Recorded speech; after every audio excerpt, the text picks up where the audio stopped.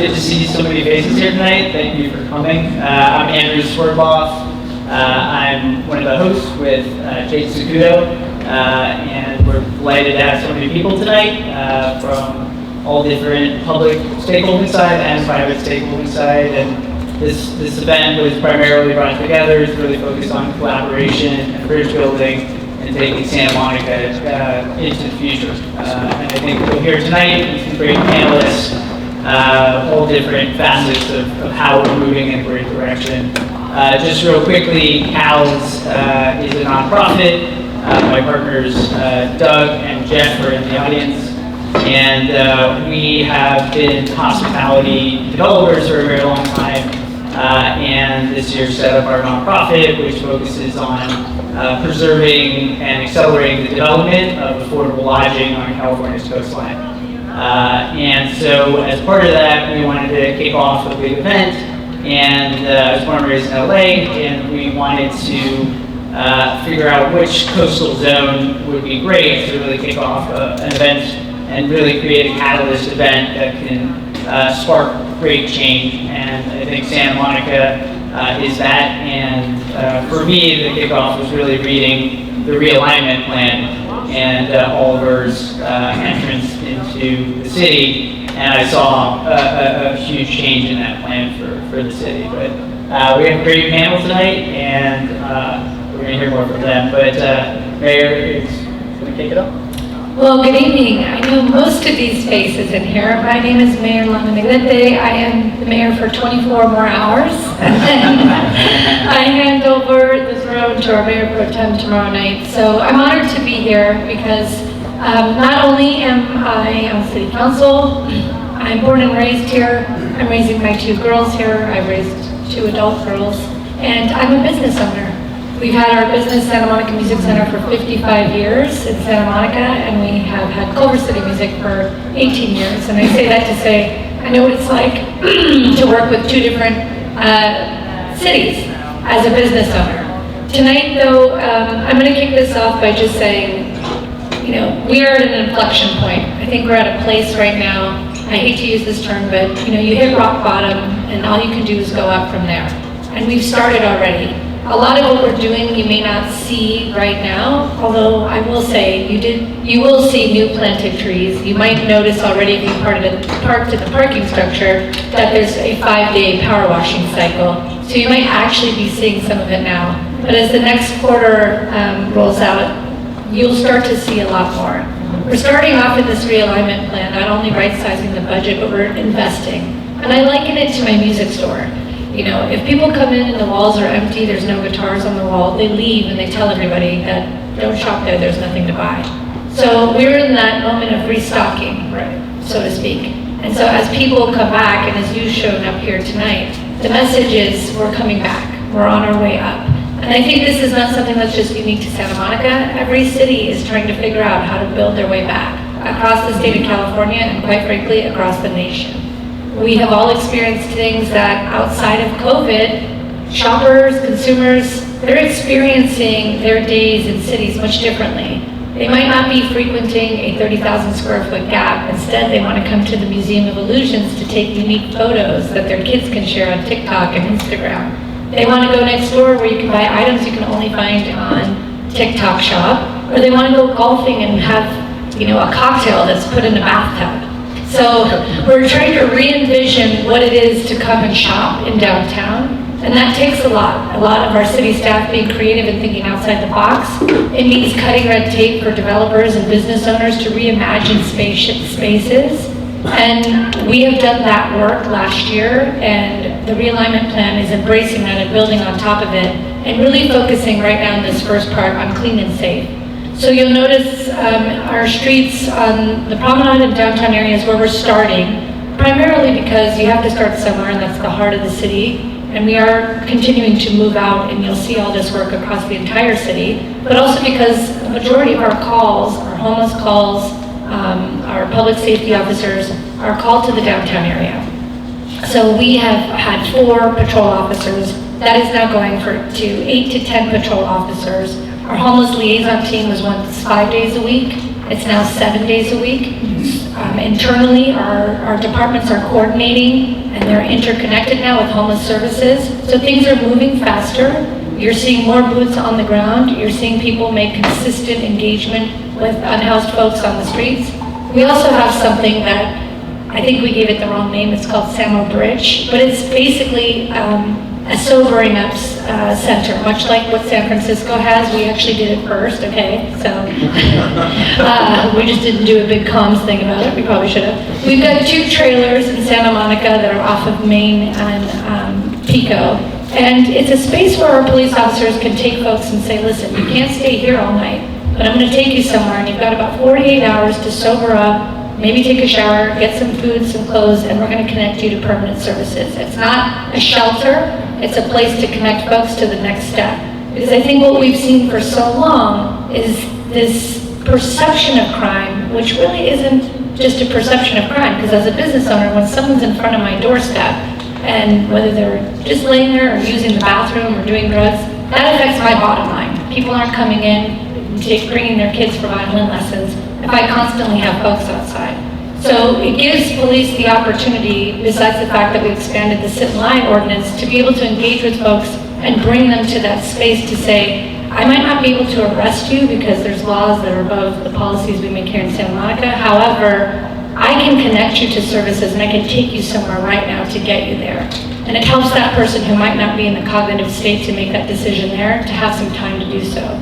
So you'll see those cleanup efforts, and it's going to start spreading in terms of January is rolling out some more maintenance issues. Our city manager likes to say, we just haven't been taking care of our stuff.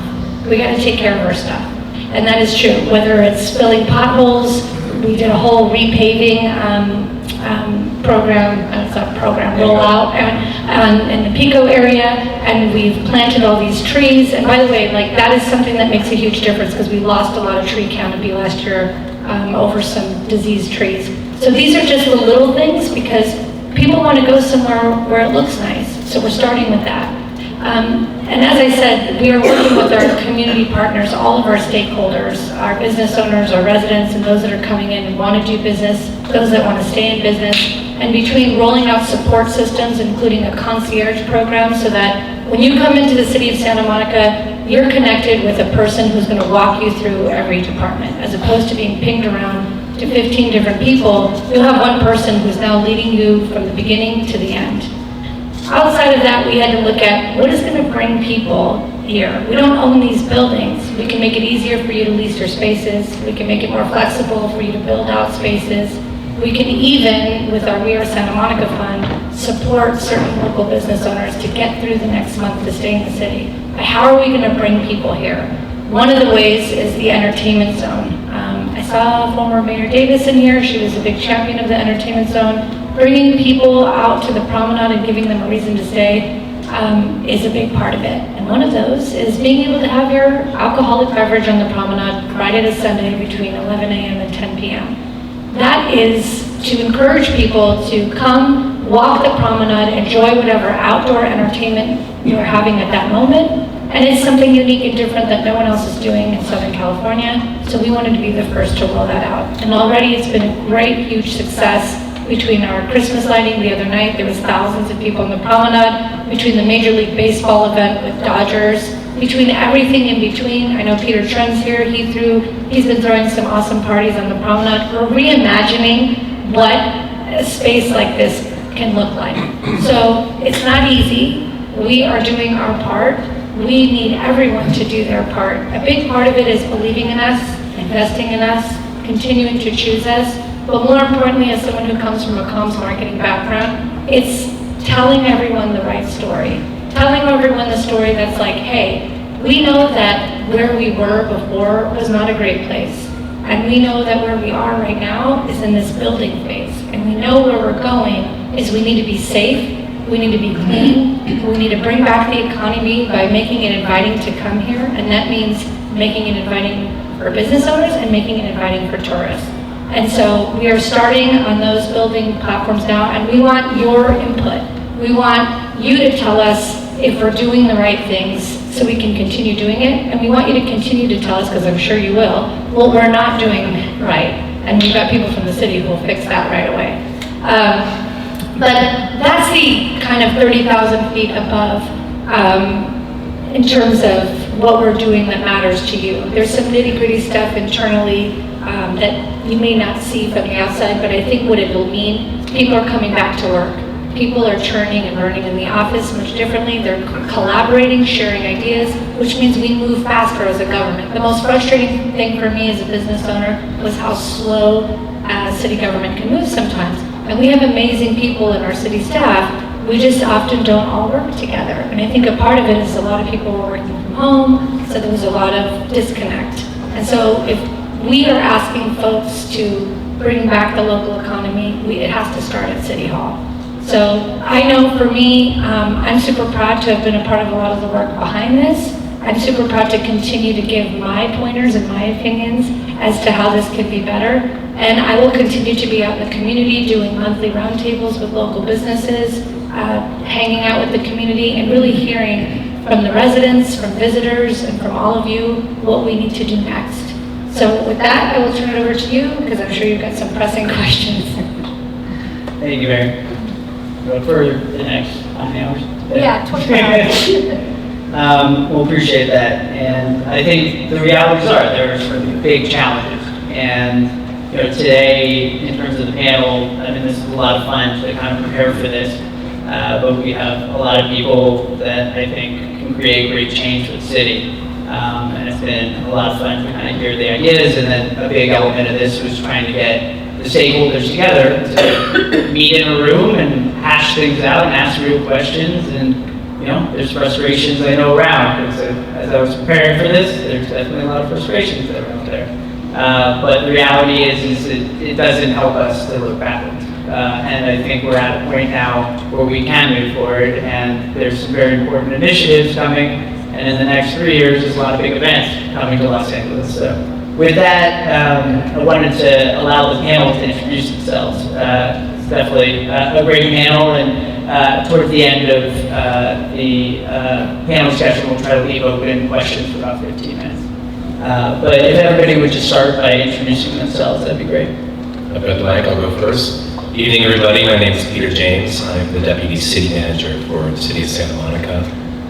I've spent 21 years in the organization across a bunch of different departments. I spent a lot of time in planning with Jing, working on the downtown plan, so really thinking about the future of the downtown from the street level to the district level, and bring a lot of concepts with me. I'm now in the City Manager's office in charge of economic development and the big airport conversion project. And I'm really honored to be here tonight with this esteemed panel, exploring partnerships, ideas, concepts that we can work on together. One of the things that Lana noted was that we're experiencing a culture shift in Santa Monica. It's like within the organization. We've been living with deep trauma from the pandemic, watching the retail sales decline, office vacancies, lack of hotel rooms being booked, and the way that it's affected our business community and our residential community. And we've been living with scarcity for half a decade, and so it's really refreshing to have a city manager come in, take a hard look at it, and paint a clear vision for moving forward out of this hole. And we are all lockstep with it. So it's been a tremendous change of face for the city staff, for building organizational health and capacity to support the community in this time of need. So I look forward to the discussion tonight. Thank you very much. Hey everybody, Jake Zacuto, Zacuto Group. I run a commercial real estate brokerage firm. Our headquarters is here in Santa Monica, and we have a focus on doing transactions in Santa Monica, both leasing and sales. I just wanted to thank everybody. We're also one of the event sponsors here along with Cal's. I just wanted to thank everybody for coming here and emphasize that I think we're all here today because we all love this city, and we want to see this city prosper and be successful. We want our businesses and our investors in this city and our community to all be prosperous, and our goal is hopefully events like this and bringing people together will be part of the beginning of that. So thank you again for coming. Hello everyone, Roberto Vasquez. I'm a sector leader with HED. HED is an architecture design firm, and I've spent over 2 decades working on adaptive reuse projects. And while I work on them nationally, I spent a bit of last year working with the city of Santa Monica, helping them to shape their adaptive reuse policy. So for people that don't know what adaptive reuse is, it's a really good tool for revitalization, and it's most known for taking existing office buildings or underutilized office buildings and converting into residential. So I'll be spending more time in this panel discussion talking about how that could help revitalize the downtown area of Santa Monica. Evening, everyone. I'm Peter Trin. I'm a local entrepreneur. I was previously a talent agent for about 20 years at CA and ICM. One of my colleagues is sitting in the audience. But after COVID, figured I'd take a little bit of a break. But I've always been involved in hospitality and entertainment in Santa Monica specifically. Specifically, why I'm sitting here when I got asked to speak was I really am saddened how the brand equity of Santa Monica has been depleted throughout the years and throughout the decades. And my biggest thing is I really believe cities earn their equity and brand through experiences and atmosphere. And it just really saddens me that Santa Monica is in the state it is. So I've, throughout the last 25 to 30 years, have had so many great experiences in Santa Monica, and I do believe that it still has the bones that are necessary for it to revive. I don't think we're out of the woods yet in terms of the downtick in the whole area and the region, but I think that if we all band together collectively, and I'm looking at the room and I know a lot of people in this room and I know how influential, how brilliant everyone is in this room, and I've learned a ton of stuff, and I still continue to learn a ton of stuff from a lot of people in this room. If we band together, I think we're not in a position to recover. We're in a position to actually lead the whole region. So. Hi, I'm Bruce Fairty. We're a couple hats. I'm on the board of directors for DTSM. That gives me a lot of involvement with downtown and the retail promenade. My day job is I'm the Chief Development Officer at Cypress Equity Investments, and so we're a very large apartment multifamily developer in town, probably the largest in terms of the number of projects we've done historically, and probably have the largest pipeline going forward. So obviously the downtown comprises a commercial district, and we all spend a lot of time thinking and focusing on that, and that's proper. And we need solutions for 4th Street to Ocean, which is the commercial business district of the downtown.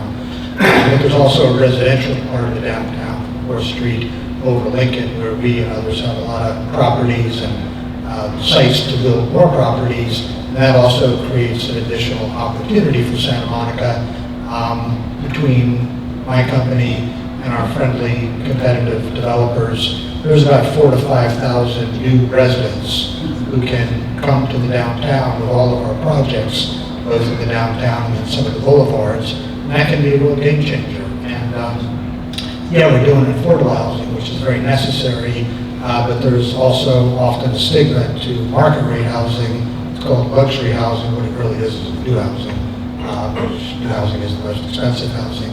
And what's really interesting is that the incomes that our residents earn are substantial multiples of the underlying rent that they pay. And we all know Los Angeles is very challenged with rents and affordability, but that's not the case for everybody. We have some very well-to-do, affluent renters in the downtown, in our buildings, and more than will come. And that can create a lot of indigenous demand to the downtown as part and parcel of the total solution. So I'll have a lot of residential perspective. Hi, good evening. My name is Jing. I am your Director of Community Development for the city. I was just recently promoted into that position. I've actually been with the city for close to 20 years. February will be my 20-year anniversary. I have been a resident, very fortunate to be a resident of the city. for just as long. So, you know, my commitment here is, you know, really to improving the city that I love. In my capacity, I oversee city planning, building and safety, and code enforcement. As Peter mentioned, you know, we work closely together over the years, some of the more seminal land use plans, strategic plans in the city. It's a really exciting time, I think. We're finally getting a chance to put a lot of the ideas into action. My charge as part of the realignment plan is delivering on a substantially improved customer service experience. Any of you that has experience permitting with the city, and it is a well-earned reputation. I believe we can't enact change if we don't acknowledge, you know, what has happened previously, and there's a lot of room for improvement. I've talked a lot about kind of, you know, the regulations that have built up over the years. You know, we've gotten very artisanal, you know, to the point where, you know, really sort of lost sight, right, as to, you know, what it is, you know, that you're controlling, what are you regulating. And coming at it from that perspective, you're taking a real 360-degree view, you know, of the customer service experience. So thinking about, you know, who gets to review what, you know, why do we do what we do, and you'll see a huge improvement in that come by the end of April 2026. It's the focus. You see a combination of hyper-focus on creating efficiencies in our own internal process combined with technology and AI contract services. As you saw in the realignment plan, you know, we are promising guaranteed turnaround times for your sort of standard commercial non-structural TI, you know, 1 week. So there will be these guaranteed turnarounds, and we believe we can deliver on that. So, you know, we're putting it out there as an invitation, you know, come the spring, you know, to definitely see a different experience. So I'll be speaking a lot to some of those experiences and some of the changes that we've made. Thank you, everybody. The goal really with the panel is to get a very broad spectrum of people involved in all aspects, because I think one important element to really revitalize a city like Santa Monica, it requires everybody. And I think one of the big questions that came up as we were discussing is kind of really understanding the roles and responsibilities in terms of the city, DTSM, as well as the private stakeholders, because I do think to move forward, everybody needs to work together to be successful. And I think also it's important to understand what each of these parties are responsible for and held accountable for. So, I would even add to that point, because I've heard a lot of feedback from owners that they feel that DTSM and the city are disconnected. And that's an area that I'd also like, I think you're touching on, that it's great we have the people here. It would be great to hear how they see it supposed to work and give us an education on that, so maybe we can see how to improve it. And I'd say that's starting to happen. There's a lot more interaction with city staff, with Peter, with Susan Klein, with Oliver, with Jing, others, and the business community, the DTSM community, absolutely recognized that there was sort of that void that existed. And I would say that's now recognized. There is a concerted effort to try to figure out how we can all come together, pulling the rope in the same direction. Yeah, thanks, Bruce. I think, you know, part of the disconnect that we've experienced over the past couple of years is that we have not had the clarity of vision, right? Like there has been the sense that we need to deal with today's problem, today's incident, but no sense whatsoever of what lies on the horizon. So with the realignment plan giving us the framework to advance our shared objectives forward, that connection between DTSM and the city, and then eventually I think it trickles down to the property owners and the businesses. I'll say from my shop in economic development, we are reorganizing to create units that deal with business retention as well as business attraction. So not just waiting for the complaints to roll in, but being very proactive to service the business community. And that gets back to the vision. The vision is a vibrant, livable city, a place filled with experiences and activities where small businesses are thriving amidst the sort of small-scale metropolis that we have here in Santa Monica. So the realignment plan is only about 39 days old. Just want to point that out. And we are moving really, really fast to reconnect ourselves to our partners. Anybody else?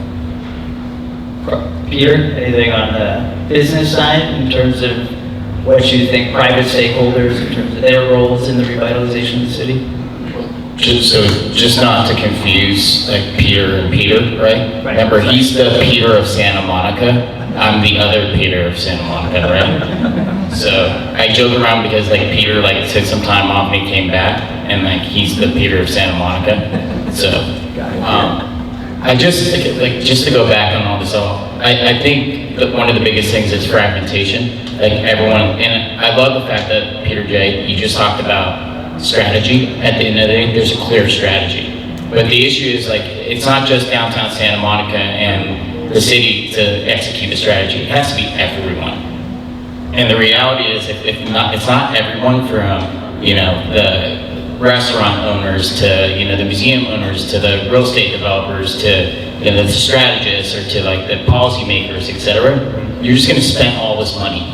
And you can spend all this money that you want, like, and spend, but you won't get the results you'll get because not everyone's rowing in the same boat, right? So I don't know what the solution is. I think it's got to be led in a way where maybe the city's like, I know we talked about this before, the city's quarterbacking this, and who are the wide receivers, who are the running backs. Like, you know, you can be the best quarterback. Like, let's say you're Tom Brady, you sort of look like him too, so, you know. So, but if you don't have a great offensive line, you don't have great wide receivers, you're still not going to win a football game. That's right. Right? So you got to figure out, like, hey, who are recruiting for the offensive line, et cetera, et cetera. And I know it's a horrible analogy, but I love football, so, you know, so you just got to deal with it. But at the end of the day, if we're not doing that together, like, you're just going to spend all this money, and then we're going to ultimately fail. Or not get the results that you want. And that, to me, is a failure still. Close question to you. I think kind of expanding on that, I guess posing a question to you, as the private investors and the business community, what can we do to be part of the solution? That's exactly where I was going. So the conventional municipal partner relationship is composed of commissions and workforces and task groups, right? And that's how information flows up and it flows down. I think in this era that we're in, where we're all acknowledging the issues and acknowledging that for the most part, like we share the responsibility to fix them.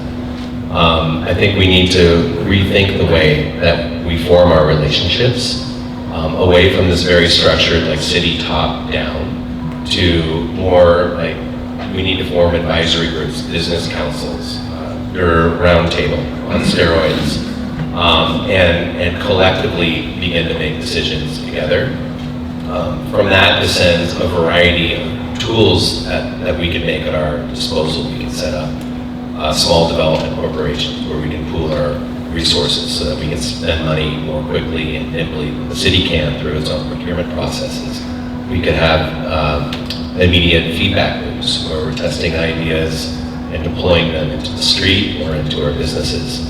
So I think it's just a matter of like understanding where we are all at and how we can best communicate our needs at that moment in time and make them actionable.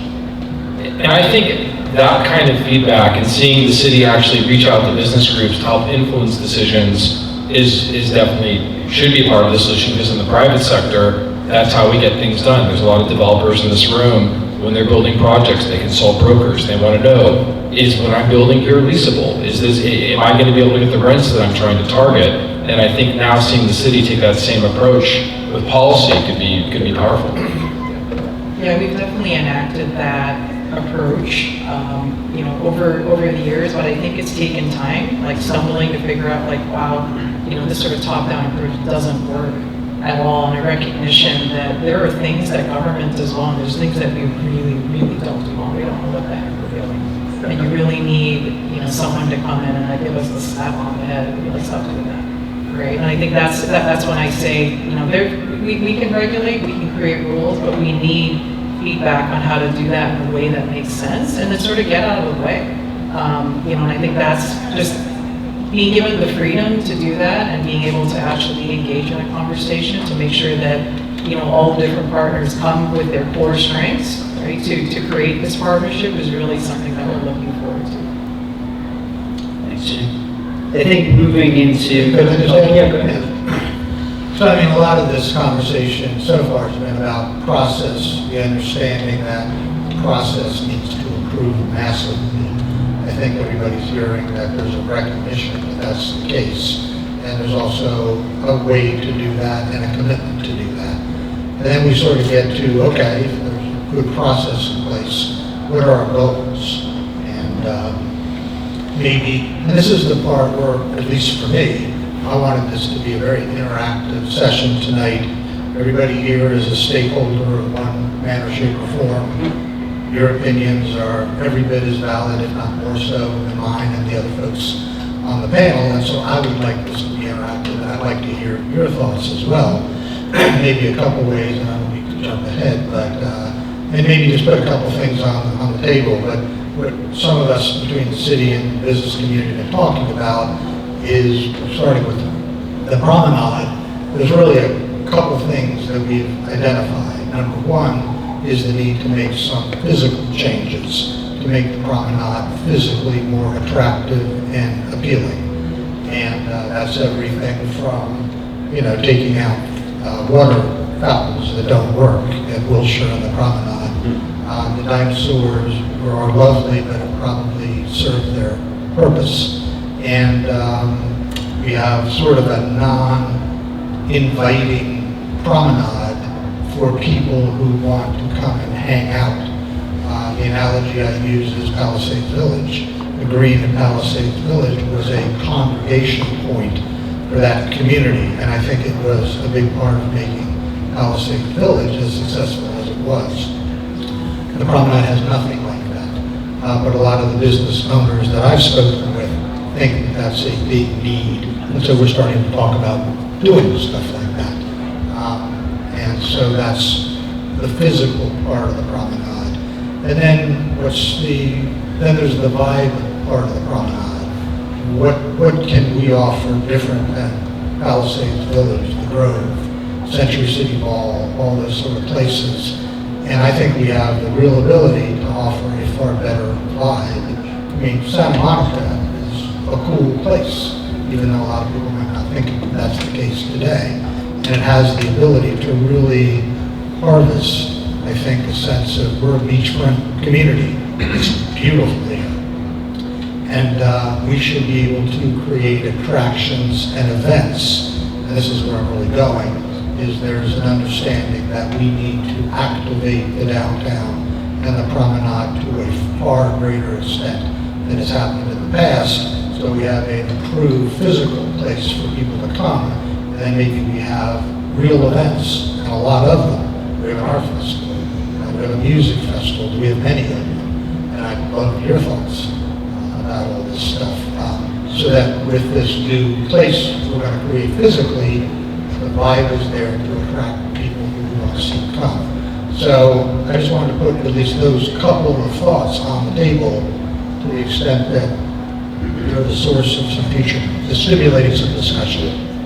I just wanted to say, I did forget, I was just telling him, we are bringing back a beach music festival that'll be bigger and better than ever. We've got, FIFA World Cup, Super Bowl, LA 28, and so we've got a lot of events coming, and we're preparing ourselves for that. But something I've talked about, not just to Peter, but to many folks over the last couple of years, Andrew Thomas, downtown, is the idea that busking was a big deal. Growing up back in the 80s, I was my dad's setup, and he would be playing live music out here, jazz, whatnot, in the parks. There was just music everywhere. And you would come and see some acts that today would be on America's Got Talent.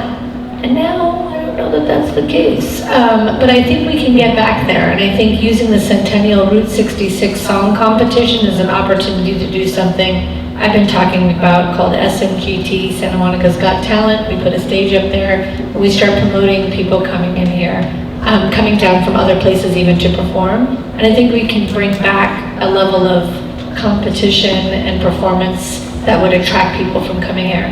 I also think we need a moment to rebrand Santa Monica and ask ourselves who we are as a brand, and then create a playbook and give that to downtown Santa Monica and all the other bids, so that when businesses come in, they see exactly who we are and they have all the assets that they need to use for marketing, and we give them a toolkit to kind of give them a jump start on how to blend in and be a part of one holistic team that's moving forward. Because I know as a small business owner, that's a huge value.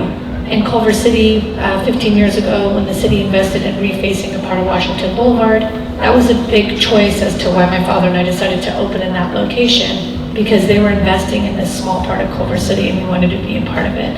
But part of it was also giving us all the assets and the tools to be a part of everything they did in the city. So I think to the extent that we can give these ancillary benefits to our city partners, our businesses coming in, it's something that brokers can sell, and it's just kind of quadrupling the messaging going out there and the promotion.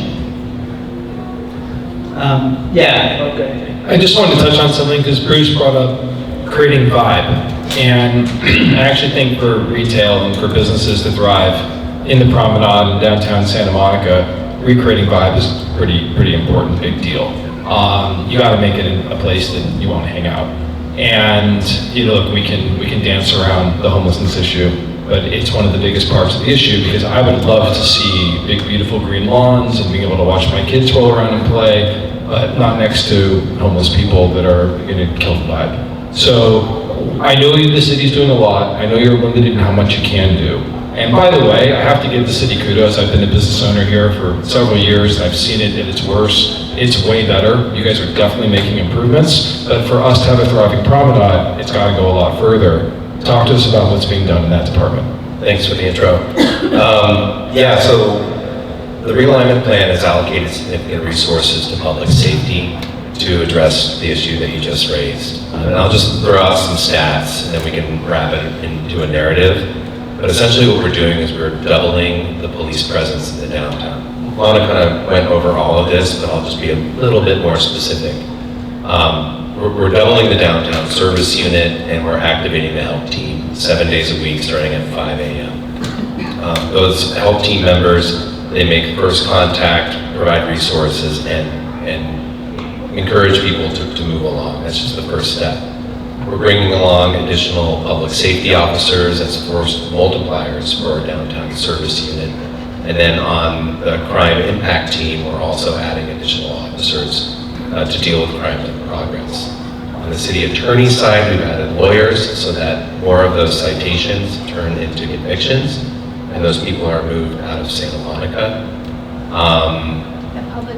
The new substation. And yes, and the new substation is opening up in Santa Monica Place sometime in the beginning of the first quarter 2026. Peter, I just wanted to ask, how many people in the room know that there was a police station being put on the promenade by Santa Monica Place? Well, not by Santa Monica Place. It's in Santa Monica Place. Right. Yeah. And that'll serve as a one-stop shop for anything that is occurring on the promenade. Staff will be permanently staffed there. They'll be on foot and on bicycle, and the presence will dramatically increase. That downtown deployment doubles on January the 7th. But we have our holiday schedule in right now, so there's foot patrol in the downtown at the moment, and we're also working with Metro on the end-of-line condition, negotiating for Santa Monica Police to be responsive to issues that happen at the Metro station. Right now, it's the contract is with the sheriff, CHP, and there's jurisdictional boundaries that we can't cross, and that has been a real problem. So with Santa Monica now involved in adjudicating any issue that happens at the Metro station, we actually stop people before they even get into the downtown. So that's just a small bit of factoids. I was just going to say, as someone who used to run the Lucky Bread store here a long time ago, opening the store when I was 18, they'd be power washing and moving people out of the way. We're going back to that model. The PSOs used to be on bikes, riding their bikes all the way through the parking lots. That's going to be back in action. And that is not just a report-taking station, that is an actual substation where officers are being deployed out of. And I was going to say, and forgive me, I don't want to hijack the panel, but I think that that's a big thing because the consumer experience, whether you're someone coming here to shop and enjoy the promenade, you're an office tenant and your people are parking on their way to work, the experience doesn't start when you get to the destination. It starts when you drive in and you park your car. Yes, so Lana mentioned that we've increased service frequencies in the parking garage to deal with that. But I would say the experience begins when you get off the freeway, right? You get off at Lincoln or 4th Street and you're greeted with trash and maybe there's somebody panhandling there. We are doing gateway improvements at our freeway off-ramps as they enter into the downtown. And we just inked a contract to have maintenance crews hit those spots with greater frequency. So the theory is that if we show up enough times and we clean up enough stuff, people get the message that it's not a place where they can loiter.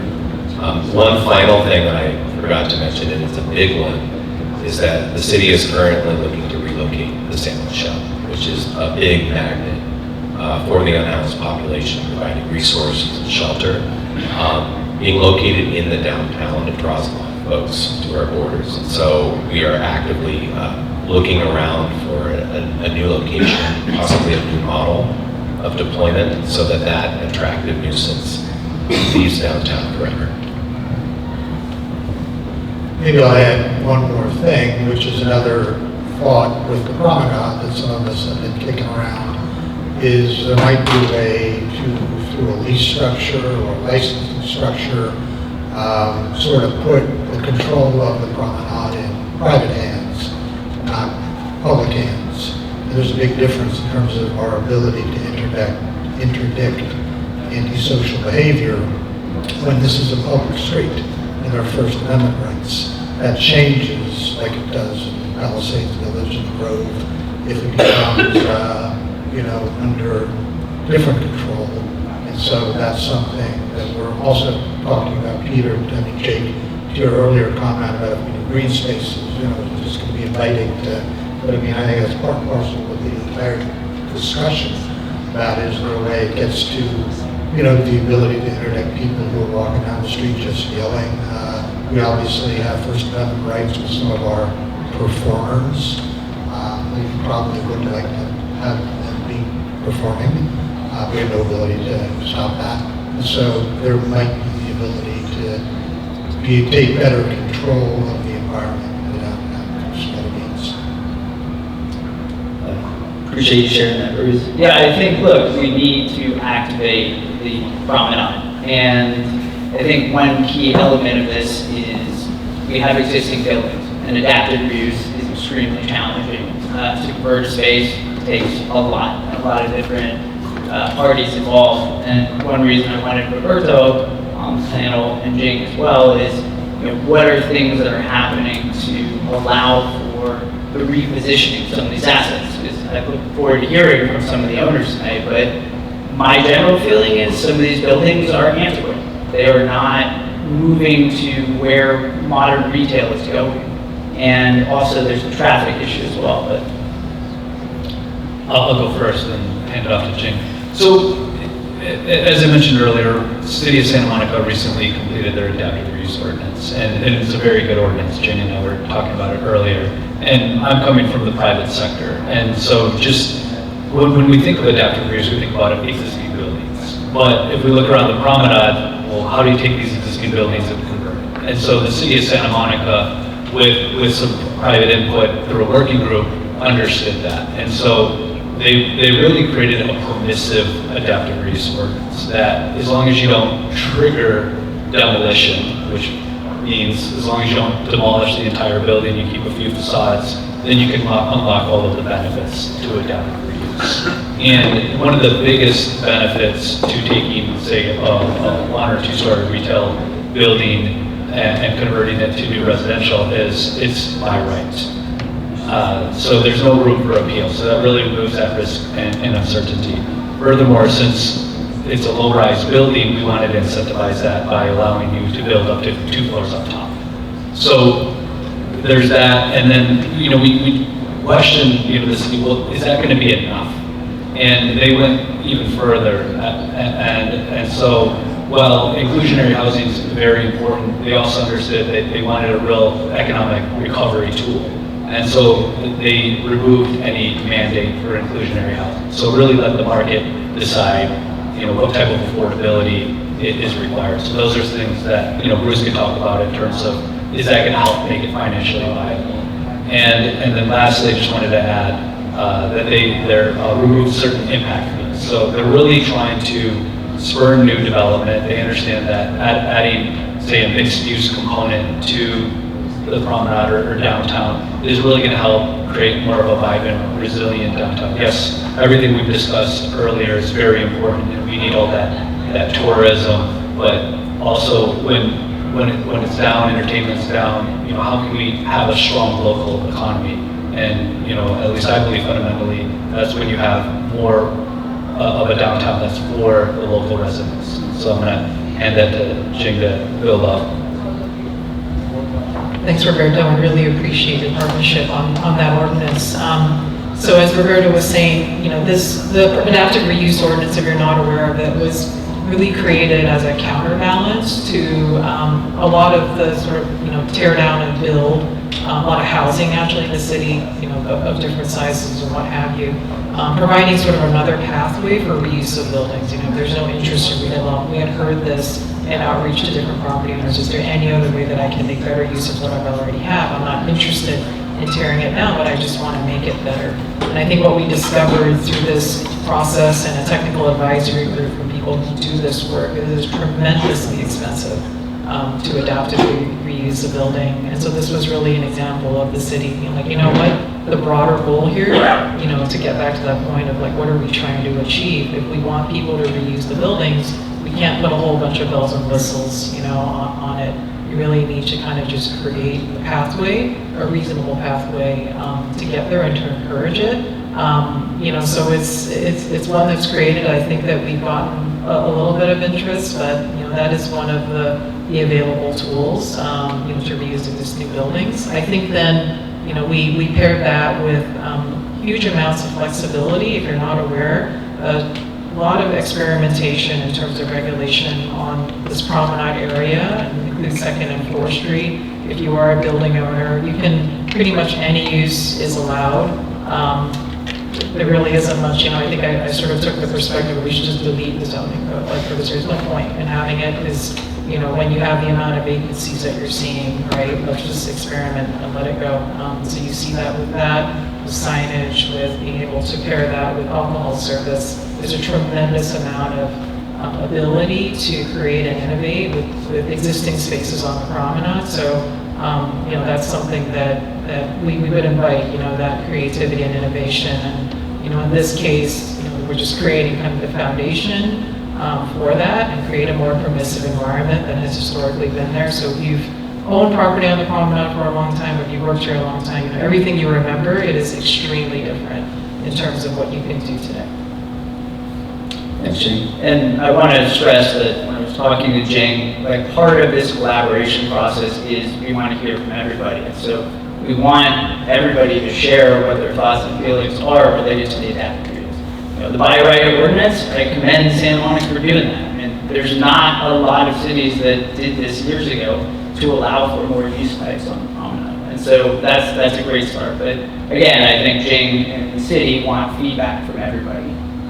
So that they understand what the challenges are that people are facing on the ground. I do want to make sure that we have a lot of time for questions, but one element that I wanted to come back to is we talked about events and activation, and Peter T. talks about brand equity, and also on the panel we're hearing a curation, right, in terms of this mindset that you can't just throw events and expect people to show up. Yes, people will come, but if there's not a cohesive strategy and a direction and somebody that's quarterbacking that entire process with everybody else in collaboration, you can just keep throwing money, like Peter was saying. You're throwing money at the issue and you're not seeing the ROI in terms of the traffic, because that's a big component. And obviously we talked about the fundamental stuff, but I think in terms of that cohesive strategy and creating that brand equity, I think hearing from the panel in terms of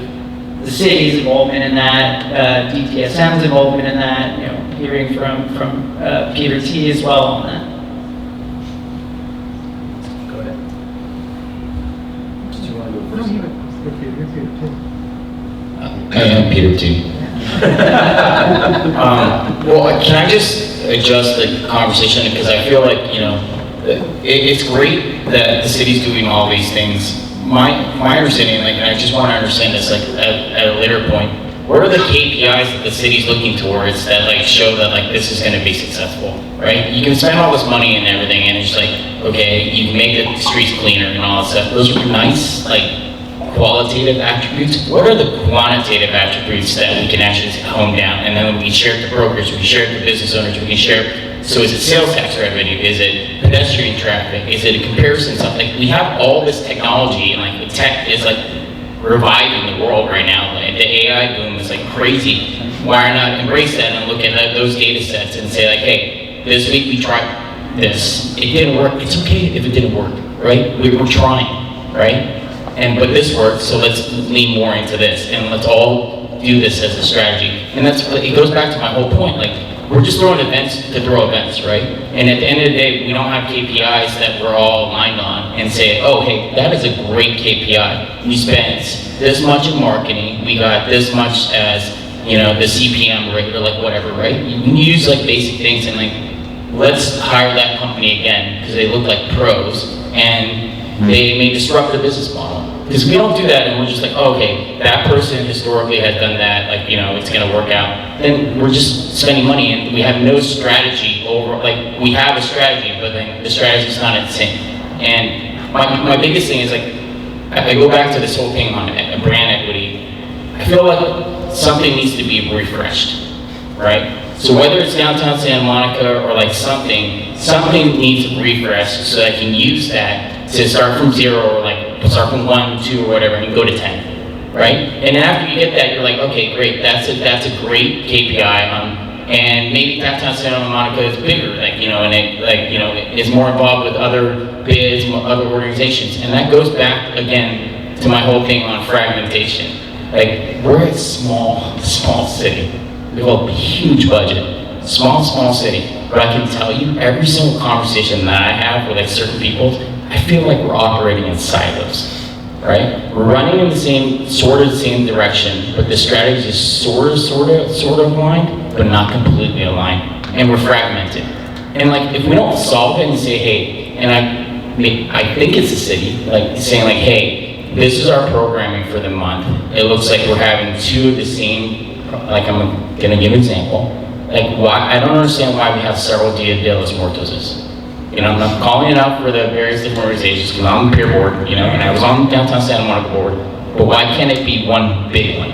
It doesn't make any sense to me, right? And I'm sorry because the staff associated with that may get mad at me, but I'm asking, it would be so cool if I go down here, and then I get to go down to the pier, and I have this massive experience in the area. Why are we competing against each other, right? For different weekends and everything. And because at the end of the day, if we don't get coordinated and are on the same strategy, you think Culver City, Marina Del Rey, Manhattan Beach, all these other places that we're in competition for are going to sit and wait? They're not.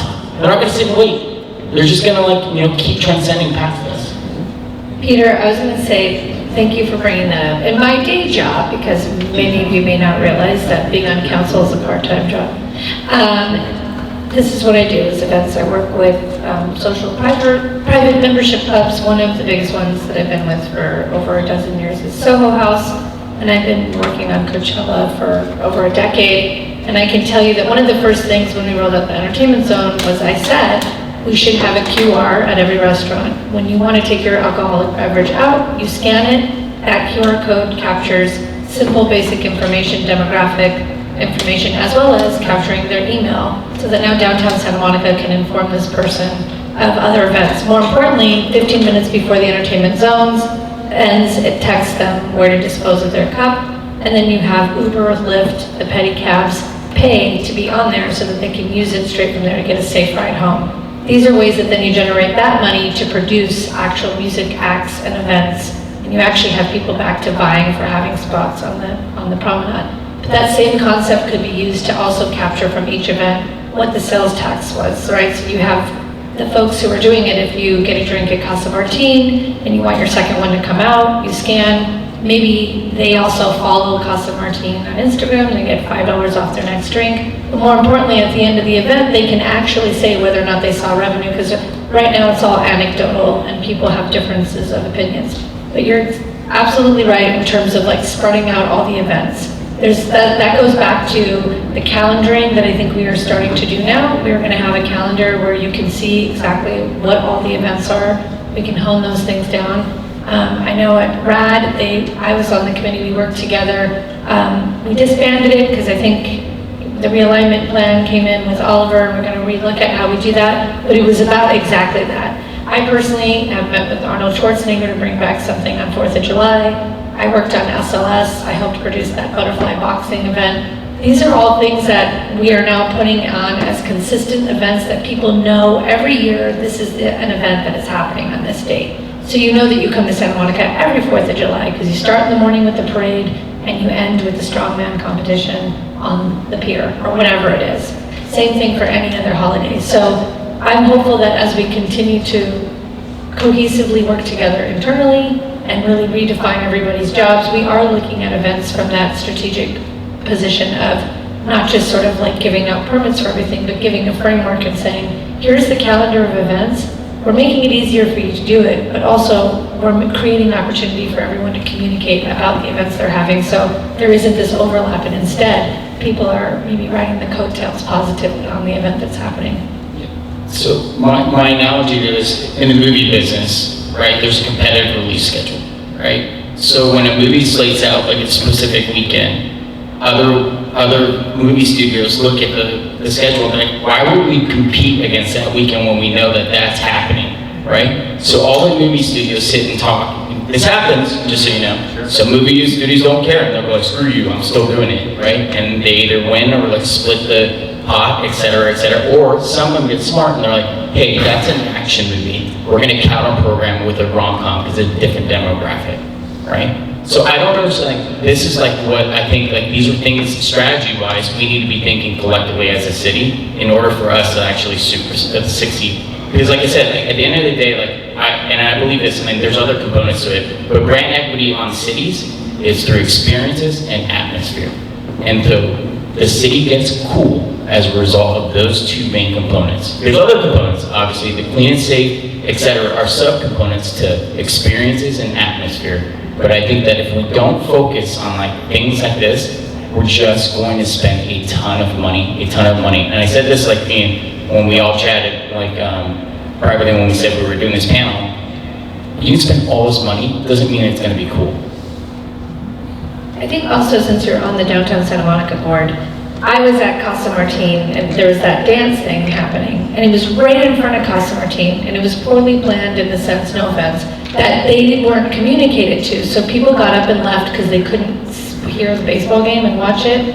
And he was having an act in the back and there was all this confusion. And again, it was like randomness. There's an event happening here in this corner, but no one told that restaurant, so it was like happening right in front of it. These are things that I think the organizations and the bids need to sit down, you're right, with the city to help strategize. And the city needs to kind of outlay, like, we're not gonna tell you you can or can't do a certain event. I think the idea is, let's create the framework to make it easy to have an event, but within downtown Santa Monica, for those of you that are on the board here, I think there's a need to work with the mall and the promenade together because, for example, the mall is doing these Western Wednesday nights. I said, why isn't all the restaurants kind of capitalizing on that and having happy hours, maybe using little cowboy boot shooters and saying, hey, before you go over and do Western dancing at the mall, come over here for our happy hour an hour before. But everyone is working in silos. And I will just say that as a city, and as also as a business owner who's in the music business, like the city's not telling everyone when to do their events. We're supporting it with giving you the freedom to do it, the permits, shutting down the streets, all those things. But it is a collective, like it takes everyone's collaboration. So downtown Santa Monica, the other bids, you all also have to work together to make sure that there's not just these random events happening as well. I do want to make sure we have time for questions, so we're going to do that.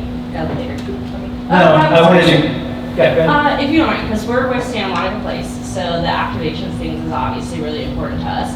And no offense to downtown Santa Monica, because I actually do think they're doing a phenomenal job of improving their programming. But one of the barrier ventures we've ran into, for an example, is we would have loved to, for instance, partner on Oktoberfest, but an immediate barrier of entry is we had to pay a sponsorship fee. So that's immediately, well, we have to pay to host the event on our site, and then we have to pay to participate in getting into the bar fee of downtown Santa Monica. So that creates a barrier of entry for a business owner to participate. So then our motivation to participate goes down, so we may throw a competing event, which we don't want to do, because we're like, hey, we want to make sure everybody is collaborating and doing things collectively. But if the intention of all this activation is fundraising for downtown Santa Monica, I think the interests are going to get a little bit conflicted, to your point, because part of it is driving traffic and collaboration. But I mean, we also have we have quite a few vacancies, and we have some planning that we need to do to get it back to where it needs to be. So we can't just come out with like a $15,000 sponsorship every time we have a signature event in town. So those are some of the things that I also feel maybe creating. If we're having a barrier because of these things, it's probably a barrier on smaller business owners. So that was just one thing I want to hit on events activations. Being on the board of Santa Monica Inc., was the fee charged by the city or DTSM? I believe it was DTSM, and again, it's part of, there's no knock on trying to recuperate the cost, because events are very expensive to host. But, again, it just prevents us from maybe being able to expand that footprint into something larger, and to your point, something that is like, okay, well then the whole city wants to show up, because it's not these fragmented parties, it's one giant event. Yeah, I don't want to hijack this discussion, but we want to be helpful. And so I guess the question was, did your event need support from DTSM? Personnel, salary support? No, I think it's something that we could have hosted something completely on our own within our property, but again, like, we just want it to be associated with what's happening already. 100%. We want you to do that. Yeah. And I do want to open the last 10 minutes for the questions.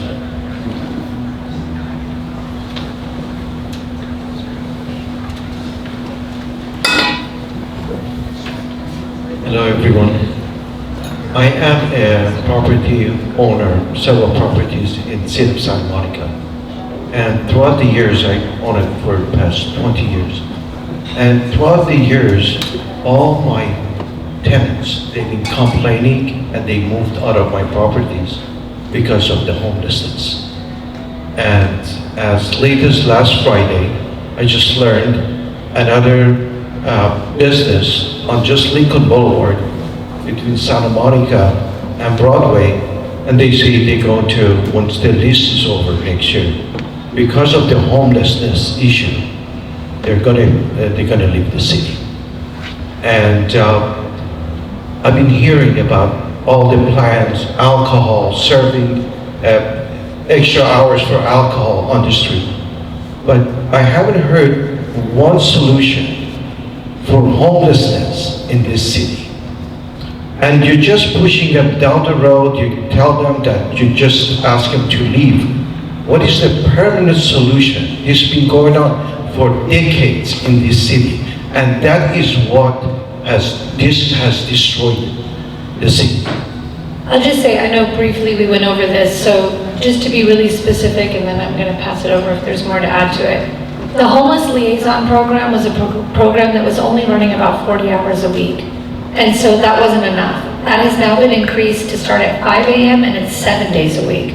So that means that there's more engagement really early in the morning to move folks on. We're gone from 4 foot patrol officers to 8 to 10 by the end of January 11th. There's a new shift restructuring happening, which means the downtown services unit is more than doubling. There's a substation that's going to be where the police are operating out of. That's going to make a huge difference. The public safety officers that aren't sworn officers, but are the first point of contact often early in the morning, during the day, in the parking structures, they're going to be on bikes and on foot. That is going to make a huge difference. Our conversations with Metro to mitigate what's happening at night. I go on a ride-along every week from 5 p.m. to 5 a.m. I see it with my own 2 eyes. My business is on 19th in Santa Monica. We also get worried that it's all going to get pushed to other businesses. What I can say is when people are asked to move and keep moving, there's another contact happening at Palisades Park with the art team. There's another contact happening near the train. The contact is going to be happening across the city, and the goal is to get them either in this place to move one step further into substance use disorder, permanent housing, transitional housing, whatever it is, wherever they need to go. Unfortunately, there's not like a van we can go and swoop up everybody and say, you know, we're dropping you off at Beverly Hills. That isn't happening, but the Metro is coming to Beverly Hills, so we'll see how they handle that. And I would just say that that is the immediate focus. But I just want to say, as a fellow business owner, I am happy to go meet with your tenants, with their neighborhood resource officer. I do it at least 2 times a week. And this week alone, I met with 6 businesses in 1 day with police officers. I will happily go down there myself. We will talk to them about the realignment plan, what is to come forward, and at least give them a little bit of hope. And maybe they'll change their mind about, you know, not renewing their lease. So I'm happy to give you my information after, and we can do that. That's all you guys do, right? That's great.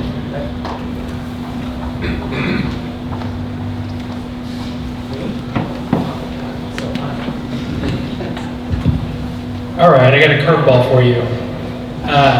I love the idea of privatizing the promenade. I've been floating that idea for years. I heard you mention it. How specifically would you all do that? And you don't have to go into great detail because I realize it's highly complex and you know, contentious with some folks. But what would be the legal path to doing that? Do you mind if I hunt? You can totally do that. I would. Yeah. I think that's a weapon. No, it's something that's being discussed, and I wouldn't want to go off half-cocked with how it might look when it's being discussed, how it might look. You know, it can be a bit of a lightning rod issue, to be frank. We don't use the word privatize the promenade, or not between you and I. We can use those words, but there's a broader public out there that has a variety of thoughts about stuff like that. So whether it's a license agreement, whether it's a lease agreement, but something that puts the control of the promenade in private hands. So public rules, you know, don't necessarily need to attach to that. It's a great idea. I'm not knocking it at all. I know if I could wave a wand, I would do it right now. Just curious the process. Am I speaking out of turn? No, not at all. Not at all. I just clarifying. So the Crusoe magic really is that he controls the street and the buildings, right? And that would be a very complicated jigsaw puzzle to put together here on the promenade. But Bruce and I were just throwing ideas around this afternoon, and this idea came up for discussion only. There you go. See? By the way, it took Caruso quite 15 years to purchase to buy out all this building. Hi, I'm Ben Zane. I'm a former council member and mayor here, one of the 3 here, who was very involved in the creation of the promenade back when we did it successfully. I think anybody here who's involved in it would acknowledge that I had a very significant role. Prior to the promenade, there had been, 25 years of an absolutely quiet zone. Nothing happened. In fact, and that was the time when the private sector alone was operating the policy and program. It was really a significant part, a business-resident partnership that laid the foundation for the success of the promenade. I think that is the model that will succeed in the future as well. Having only privatizing the promenade and discouraging residential participation in decision-making is going to have a very deleterious effect upon the political support for such an effort in this community. It's a very active community, very active residential population, always has been. And so I think the model of inclusion rather than exclusion is what we we need to begin to wrap our arms around. I'm here to offer myself as a participant from the residential community in such a dialogue, but we need to broaden that and ensure that the true values of this city and its community members are reflected. I'm not sure they're exactly the same as the people who live around the Grove or who live around other successful shopping center areas. This is a different community. It's a less, it's a more diverse and less entitled community from a wealth point of view. And so I think we need to reflect that. If this community feels as if the strategy is to leave them out, they will revolt. Danny, when you say leave them out, who's the them? Well, I was referring to the residential population. In particular, I was reacting to the suggestion that we privatize the promenade. When we succeeded at recreating it, it wasn't because we privatized it. It's because, in fact, we brought the public in more actively. I would just say there might be a happy medium in between. I think, and correct me if I'm wrong, I understand what you're saying and where you're going with that, but I also wonder if there's just a way to get a hold on the promenade. I think it feels like when you go to the Grove, right, there isn't. The community is involved. They feel a part of it. You can go and there's the open market, there's all the celebration. I think it's like, how do we make the quick decisions to be able to activate the promenade in the way we all kind of see it being activated? So I don't know that it has to be exclusive, but I think hopefully there's a path forward with DTSM and the Santa Monica working in a new way. Bruce, before you talk, I just have one thing to say. He didn't want to give me the mic. There's an elephant in the room that we need to talk about, and that's the parking situation. And I was surprised that nobody brought it up. It's very painful to me to see the 90-minute parking go to 30 minutes, and then you have to pay $3 after that. In every retail area that we're trying to revive, we always create free parking. When Century City was dead, they had 3 hours of free parking. Now they have an hour, and Bloomingdale's and other ones validate. Beverly Hills still has 2 hours. So if you make the parking 30 minutes, and then you have to pay $3, you're hurting the gyms, and like I talked to Peter, for the psychological point of view, people want to go where, what's the biggest bone of contention in LA? I want to pay for parking, right? So now they have to pay after 30 minutes. So I think that that's something that, if you really want to revitalize the area, you need to focus on that. Thank you, Barbara. I feel you on that one. I will say that when you look at the rates, hear me out. I think when you go to the gym, I think that we're finding ways to give validations to the gyms. I want to propose something for the holidays where we kind of do those red bags over meters, maybe offer some free parking during certain slower shopping days, but it's simplifying it. Look, I voted against getting rid of the free parking, but I'm just going to say that if you're staying longer, it's less expensive than if you're not. But I get it. I get it that when people come in, they're like, oh man, I have an hour and a half for free. It's a psychological thing. But at the end of the day, if you're here for 3 hours and you're dining and shopping and doing whatever, it ends up being less expensive in the long run. Also, the money that is going to be generated from that, let's also talk about the other elephant, which is our financial situation. So that was an opportunity to backfill some of the things we've been talking about to be able to maintain that as we go forward. This was one of the things that was voted in place to generate, I think, about $7 million a year. It was closer to 9. Maybe $9 million a year. Well, we used to get $16 million a year from the parking structures because it was so crowded here. Now you're down and you want to take down another parking structure. Regarding parking lot, what you said about the events and the coordination in Santa Monica Place was so totally right. But the problem is when you have these events, you raise the parking fees. So there was some event here recently where the parking fee was outrageous and people don't want to come. So I think you need to take that into consideration because your idea of coordinating everything is perfect, but not, raising the parking fee. Thank you, Barbara. I guess I'll leave it up to everybody. If you'd like to have more time for questions, we can do that. We have space for a while. Sorry, I saw something.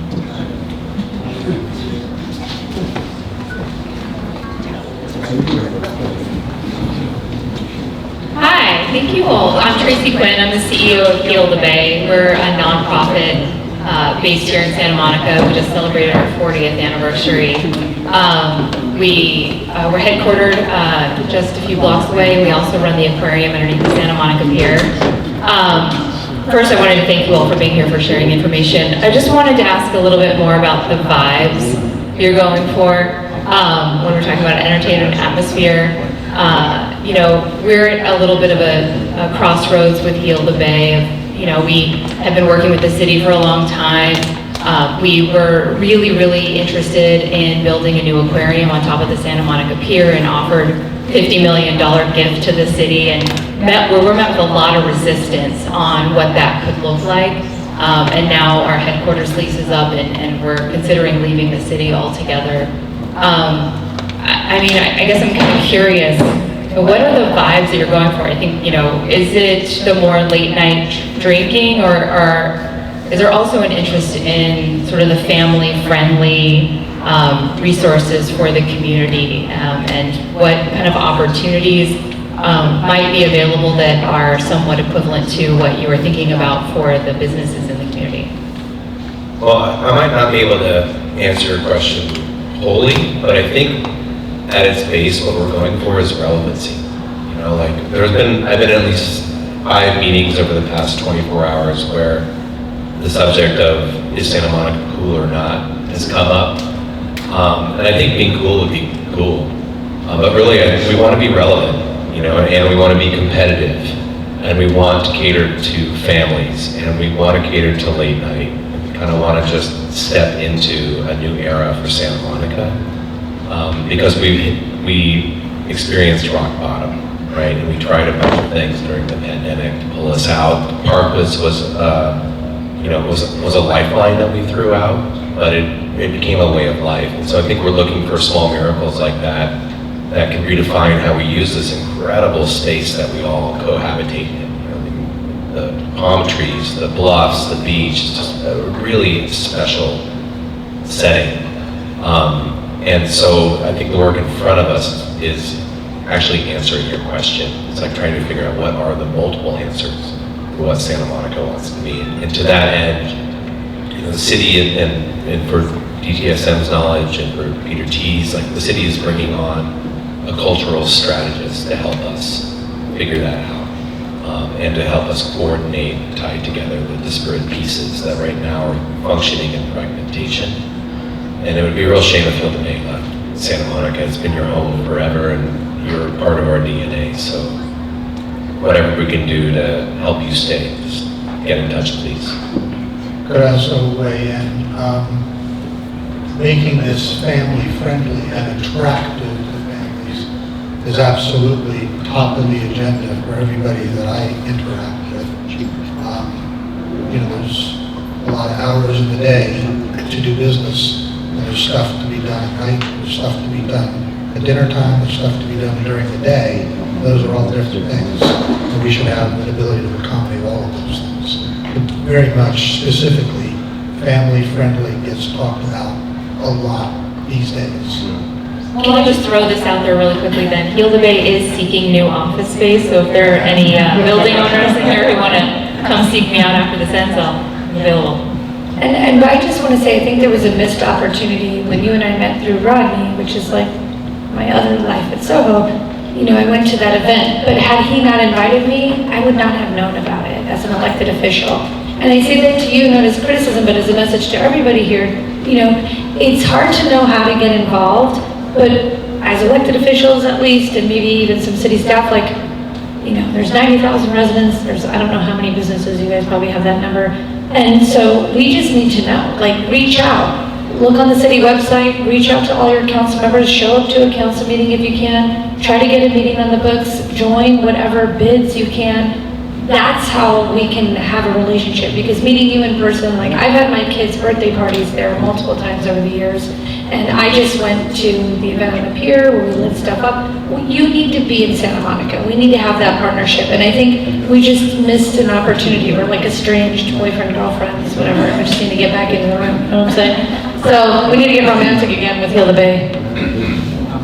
Let's do the last question. Okay, hi, I'm Chris, I'm the general manager of the West Side Comedy Theater in Santa Monica.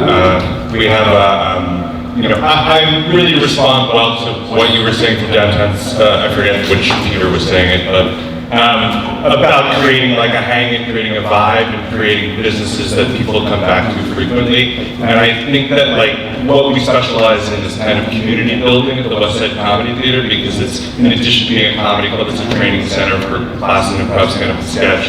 And I think that we also draw a lot of new people from outside of Santa Monica. And I wanted to say that I think that the vibes are off a little bit on the entertainment zone.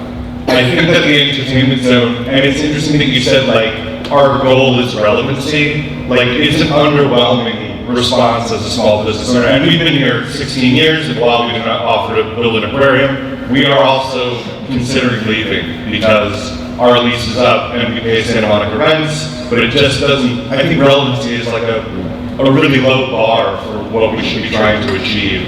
And I think things like parking, things like the entertainment zone, those are opportunities for you to include more stakeholders. And when it was initially approved, downtown Santa Monica said, we're going to recheck in 3 months and then consider advocating for expanding it to include 4th Street to Pacific. And I think that you should do that because among kind of my cohort, which are people who are actively seeking entertainment things, this is fun, but it's not like the point of having an entertainment zone is that there's more than just a few places to go. And I also think as a stakeholder that pays Santa Monica business tax, which is double in the district that we're in, to be kind of excluded from some of those benefits is another reason to seek out a place that offers them to you. So that's what I'll say. Thank you for your time. Is there a question? No, the question is it being considered to expand the entertainment zone? And also I echo the parking because it's like we've lost 2 garages on 4th. When we first rolled it out, there was a lot of people that were opposed to it because they were certain that all the homeless people were going to go in and buy $24 margaritas. So they were like, no entertainment zone because all the homeless people are going to be drinking. We're like, so it's a process, and I think we haven't come back to revisit it, but I would imagine first quarter of next year, that is what's going to happen. And that may not be soon enough for you, but in the meantime, can I offer, because I go there all the time. Yeah.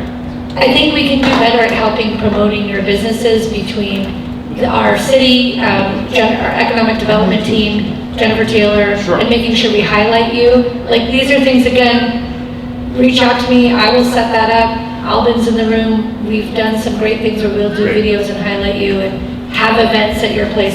It's a small token to just kind of highlight you guys until we can get to the point where you can also offer the alcoholic drinks to go. Yeah. I know we have a lot of questions, but I do want to kind of allow everybody to mingle after this. And we're kind of getting late into the evening. I apologize. But I just wanted to thank our panel. It took a lot to get us all here. And Bruce? Hey, Colby, you have a question? Okay. Colby has a question.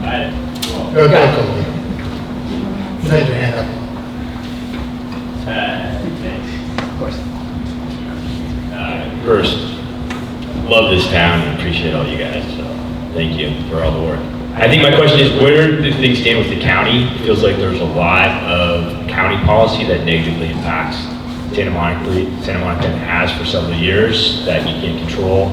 And the line policy, Chief Batista talked about 50 to 100 folks getting pushed off at the station every night. That's a county policy. Needle exchange policy, I think there's 3 points for needle exchange, or there used to be, maybe that's ended, but 7-Eleven, Reed Park, Civic Park, some fundamental issues that are outside of your purview. Like, how do you manage that? I just saw the facility that they were trying to put in on Ocean, that wasn't transparently done. I know some of the county supervisors haven't been supportive of the CARES Act from the beginning, even though the people's concerned here do an awesome job and asked for that to be, something that the county level really supports. Maybe all that's changed, but how do you guys manage that? Because it feels like the county is just stepping all over us. I was like, that's a very political But I still love you guys. Well, Well, you already know Colby, you know me and my opinion. I've been very vocal about my opinion on that stuff. I think we were all talking about the fact that, you know, there's a homeless crisis. It's not just here in Santa Monica. I mean, I'm in downtown once a week. I'm in Culver City near my other store. I mean, we had a lot of problems there. I'm good friends with Tracy Park. I see what she has to go through in her neck of the woods. So yes, there are county policies in terms of harm reduction. I just had a meeting with the state, county, and the North Montana Neighborhood Group, and I pushed back. And I personally, I'm speaking for myself now, that I'm constantly pushing back on those policies because it's not fair to the city. It impacts our infrastructure, our 911 EMT calls. It's like now we're rolling out these new ambulance operator programs, by the way, which I did mention. We have an APU team. One is going to have a nurse practitioner. So we have this two-pronged approach. One is, 911 gets called simultaneously, maybe 5 minutes before the call comes in from Station 5 for a homeless person down who's just inebriated, and that conversation is going to be maybe 45 minutes to get him in a gurney, to get him at St. John's, so to speak, right? And there's holding up the wall at St. John's. Meanwhile, there's multiple calls for a heart attack that comes in. We're now straining our system. Our public safety officers are becoming social workers, having to negotiate with folks on the streets who are possibly have undiagnosed mental health issues. It's totally different now for our police and fire.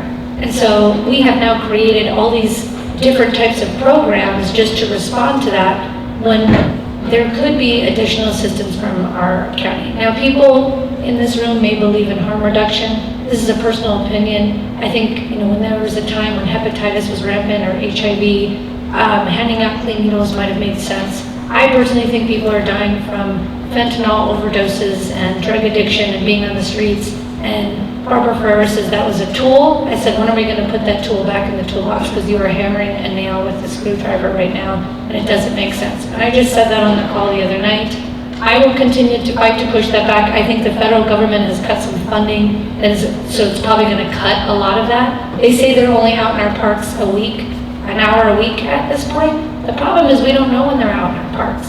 So yes, we don't have a lot of local control and things like that. Now the county will tell you, us handing out needles and smoke kits, which are meth pipes, by the way, because I just asked this question the other night. The health idea is that, well, if they have a smoke kit, they'll smoke instead of shooting up, so that's safer. I said, as a parent, if I were to see my kids using drugs, I don't think I would offer them clean paraphernalia. I'd get them into substance use treatment. And I think everybody on the street is somebody's child. So that is a fundamental issue with the county that maybe will go away because of federal funding being pulled away. In terms of other services like dealing with the train and dealing with some of those issues, we are trying to get our police department to be able to have more freedom to work the train stop issue because we can't wait for the county. In the meantime, as they get a new deputy chief that's going to be managing the police, the sheriff that's on the train, we want to have a relationship with them. I called in Nathan Hoffman. We had a roundtable with the city manager, our interim police chief, and I wanted to make sure that we were all on the same page, that not only do we have the support system for being out, but that when we give tickets and we are prosecuting for folks that are actually committing crimes, that prosecution rate is going up. So we were only at 40%. Now we're looking to get closer to, I think, 80%. I got the stats just up from last year, November 2024, we're at 300 citations. November 25, we're at 410, which is a 36.7%. My last ride along over here, for the first time ever in the last month, they gave out over 116 citations for smoking weed out in Palisades Park. Some people were visitors and were like, but weed's legal, man. And they're like, it is, but to buy it, but you can't come smoke it. There's families, to your point. And so I think we're doing those little touch points now, and it's sending the message that, oh, I went to Santa Monica and went to blaze up a big fatty and I got a ticket. So we hope that message continues to trickle down as it pertains to urinating in the streets or just loitering around. It's about making it less comfortable to do those things to get people to where they need to be and get the help they need to be. Because leaving them out here is not compassionate, and that's not how I see it, at least. And so I am working on relationships across city lines. I work with Tracy Park really well, work with Rick Russo, I've worked with Lindsay Horvath as much as I can. But yes, fundamentally, there's some differences of opinions there, and the county is a bit of a hurdle, and local control is something that I think we should be pushing for. But I'm one person on a city council of 7, so that's how I feel. I can't speak for everybody else on council. Thank you for that. Well, let's give a round of applause for our panel.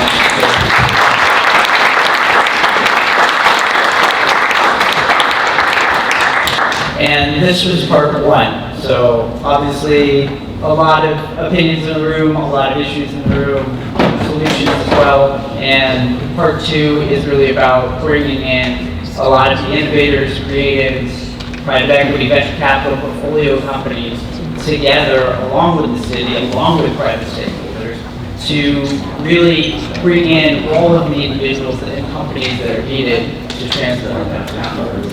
And the final thing is we're very fortunate for a local business here in Santa Monica, Pancho's the Latte. It's actually a really good gelato company. I know one of the executives, and he gave some gift cards out tonight. So feel free to grab those and check out their ice cream. Thank you to Santa Monica Place Mall for chiming in. And then, with CALS, look, events are always something that takes some time and money to put into, and we hope you check out our nonprofit, and we're always looking for support to our mission, and we do really want to be a force of change for downtown. Thank you.